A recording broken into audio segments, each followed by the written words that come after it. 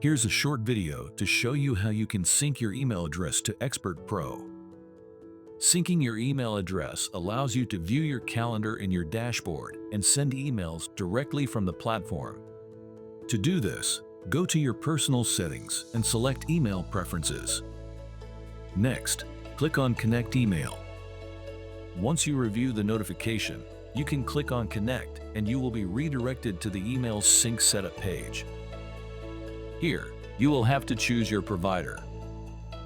If you are not using Google or Microsoft, click on View All Providers to review your options. Enter the email address you would like to sync with the platform, then click on Next. Follow the steps to continue through the process and ensure you allow all access. When the page reloads, head to your Email Preferences section, and you should be able to see the email address you added.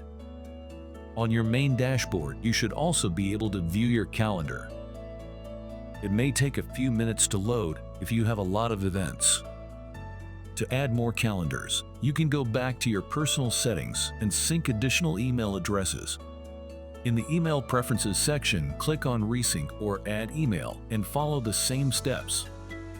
Any additional emails you add will only be used for the dashboard calendar and will not be used to send or receive emails. That's how you can sync your email to Expert Pro.